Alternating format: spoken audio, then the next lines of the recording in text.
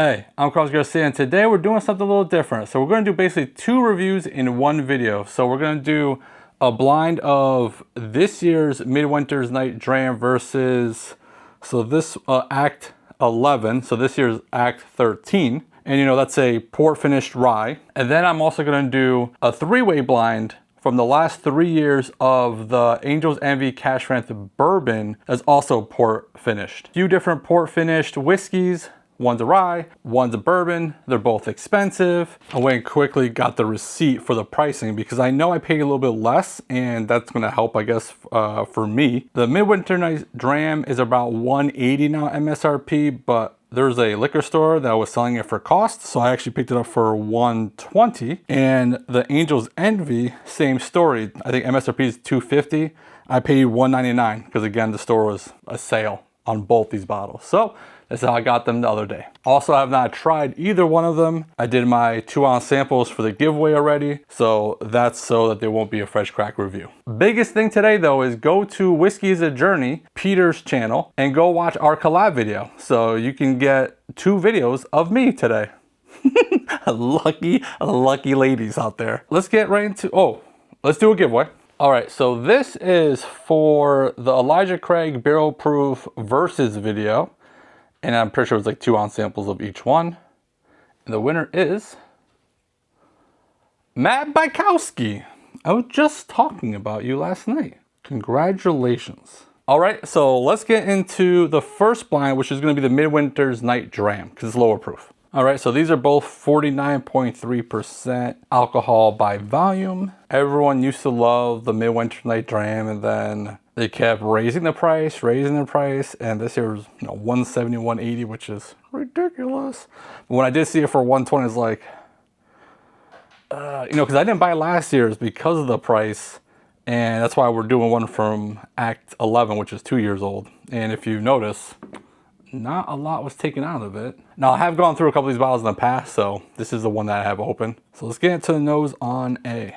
All right, pretty good nose on A. Grape jelly, dark fruit, spice, wood. Then as the rye started to show up, a little earthiness, rye bread. For the last nosing notes, I couldn't exactly figure out exactly what it was, but really good. So overall, really good nose on A. Let's go to B. Similar, but pretty different. So I still got, it was basically a very sweet version of A and less complex. So it was still that grape jelly, very sweet, more vibrant in your face, but I didn't get a lot of the rye spice. I didn't really get the earthiness, the rye bread, the spice, or the wood.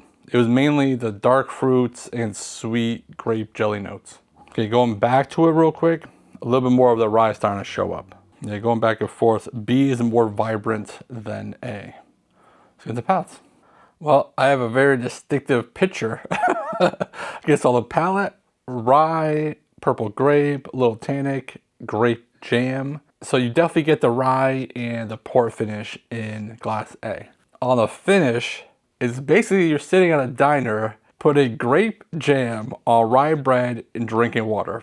That's basically what I was getting on the finish. It was watered down, but you have the sweetness of the grape jam on some rye bread. So not terrible. The watered down part wasn't my favorite, but these are lower proof, so second sip. Interesting. So on the second sip, the palate got sweeter and the finish got more dark fruit, which is kind of like the opposite of sweets, more like the darker notes, but good. I didn't get as much of the wateriness down. Third sip. Yeah, the third sip kind of went back to more that tannic-y direction. Not bad. Overall, not that good. For the price, terrible value. Let's see what B is. Not sure what just happened. I don't know if it's just because the first sip coming off of A, but this usually doesn't happen for me anyways. I did get brighter wood, definitely spicier than A. On the finish, again, the spice note was strong. I didn't really get that much note, so I don't know if it's just coming off of A, but didn't get a lot off of B. Let's go back into it. Nope. Second sip, same thing happened to me. That is so weird. Okay, so I wrote grape jelly and rye bread on the palate, but overall it's good. It's actually very good. It tastes good. I'm just not picking out notes like I normally would. It's overall spicy on the palate and finish. Especially on the finish, it's basically just a spice bomb. And it's not proof because the proof is very low on these. It's a lot of that rye spice. But overall, there's nothing off-putting. It's just not a roller coaster of flavors or anything like that. It's just kind of like a good single note with underlying a lot of spice. Maybe something different will be appearing on the third sip. Yeah, I don't know what's going on.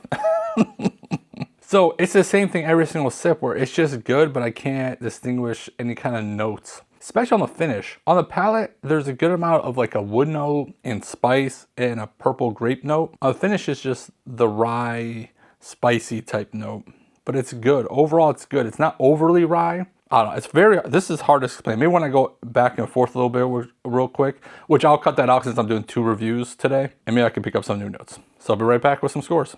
All right, so going back and forth, it was a clear winner. The older one, Act 11 Scene 1, it was probably more complex than the newest edition, but there was a couple off-putting notes, like the tannicky notes, that going back and forth really showed up. So I scored this to 3.25, the older one from 2023, I believe. This year's version, Act 13 Scene 10. Again, I couldn't really identify the notes, especially on the finish. I did write grape jelly and dark fruit on the finish because it started showing up a little bit more. But overall, with a really good pour, it just wasn't super complex, but overall very good. Now, for the price of MSRP, $171.80, that's a tough sell. That's a very tough sell. I wouldn't recommend people spend that kind of money on this. Maybe try to get a pour somewhere and kind of see for yourself. Maybe you have a friend that buys the stuff and you can try at their house. Yeah, so I scored this a 3.5, the newest one. It's good. It didn't really wow me or anything, especially for the price, but pretty good bottle.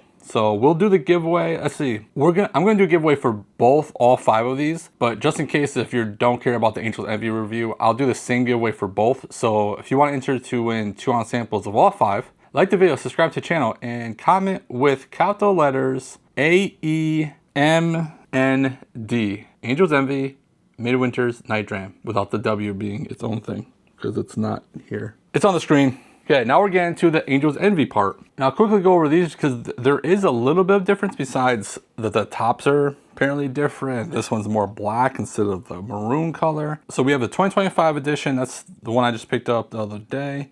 And this is 122.6 proof, which makes it the highest proof one.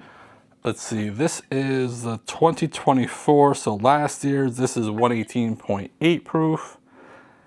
And I do remember really enjoying the 2023, so we'll see how it does today. And this is 118.2 proof. So they have gone up in proof every year. That's mainly the biggest difference that I am seeing on any of this stuff here, besides they branded a little bit different, the colors.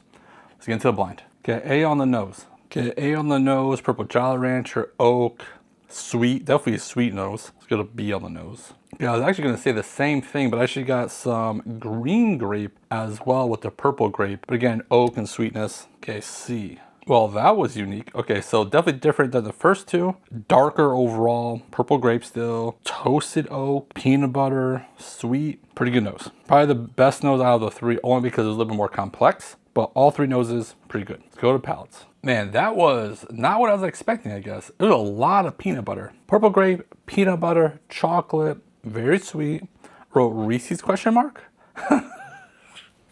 Did I? I'm questioning myself there. So I wrote Reese's with a question mark with grape jelly, which I've never had a Reese's with grape jelly, but this glass reminded me what that would be. On the finish, peanut butter, grape jelly, oak, sweet. Not overly complex, very sweet. Way more peanut butter than I expected. Second sip. On the palate, some more dark fruit this time, and spice on the finish to balance the sweetness a little bit. Overall, pretty good. One more sip. The overall sweetness, peanut buttery notes kind of started fading, and more spicy dark fruit notes started becoming more the dominant notes by the time we got to the 3rd sip. Overall, still pretty good. Okay, let's go to B. So first sip on B, very sweet on the palate. Purple grape, Purple Jolly Rancher, oak, candy sweetness. Spice, the spice definitely starts getting towards the back end of the palate. On the finish, all I wrote was spice and sweet. Kind of disappeared a little bit, but first sip, so let's go into the second one. So I just did the 2nd and 3rd sips. The palate again, very sweet, very candy, Purple Jolly Rancher sweetness. On the finish, more dark fruit started showing up, like raisins specifically. Good amount of spice on the tongue. Also pretty good. I do enjoy that. Let's go to C. So interesting, C was very light, especially in the beginning. I was like, what is happening? I'm not getting anything. light, vanilla, marshmallows, which are all pretty light notes. Then a little bit of purple grape started coming up, and then the spice started building really fast. Went to the finish, spice was still there. A little bit of peanut, a little bit of purple grape. Probably my least favorite, but first sip, so let's see if the second sip can do a little bit better. Okay, so on the palate, I wrote grape jam. So it's not the grape jelly super sweet grape, a little bit darker, not as sweet. That's how I compare jam to jelly. Nothing to do with how it's made or anything. But I also got the fireworksy, sulfury note. Slight, but I definitely got it in the background. And when the palate doesn't have very strong flavors, maybe that's why I was showing up a little bit more. And on the finish, I wrote vanilla. So overall, not that complex and not that strong of flavors like the first two. Even after the third sip, that sulfur note actually got a little bit stronger. It's kind of lingering a little bit into the finish now too. All right, so I'm gonna cut out, A/B all these and get some scores. Be right back. All right, so I went back and forth, and obviously I went to 2024, 2023, and then 2025 was in Class C. And the last place is the newest one. So the newest one just didn't do it for me. Scored 3.1, which is unfortunate because I just picked this up the other day. And so the winner was score of 3.6, pretty good. I actually got a new note, banana, a slight banana, wasn't like crazy, but a little bit of banana. This is the 2024, which actually beat out the 2023, which I thought was going to at least beat the 2024. I gave the 2023 a 3.4. Did like last year's out of these three the best. I don't think I've actually blinded these two against each other before, but unfortunately this year's was my least favorite. Just wasn't vibrant and more in your face like these two. So it is what it is. So if you want to win 2-ounce samples again of all 5 bottles in this video, like the video, subscribe to the channel, and comment with capital letters AEMND. Angel's Envy, Midwinter's Night Dram. Again, go check out Peter's channel right now. Whiskey is a Journey. You'll see a collab video between me and him. Pretty good video, I think so. So go check out that video, please. Don't do nothing stupid. And if you do, don't get caught. Bye.